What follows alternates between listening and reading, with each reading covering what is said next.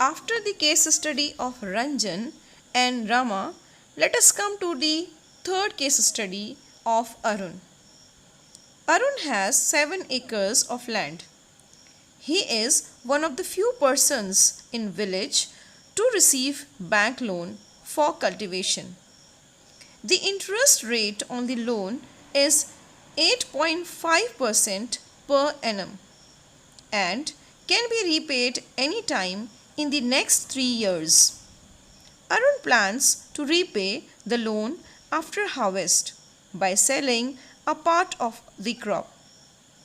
He then intends to store the rest of the crop in the cold storage as he is doing production of potatoes and apply for a fresh loan from the bank against the cold storage receipt.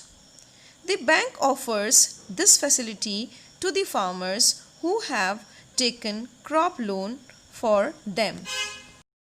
Now let us conclude all the 3 case studies altogether.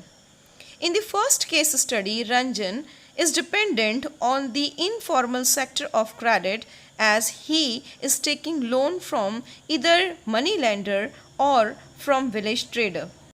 In the second case study, Rama, who is a landless laborer, depends on the landowner. The landowner is exploiting Rama by charging very high rate of interest. She is also dependent on informal sector of credit.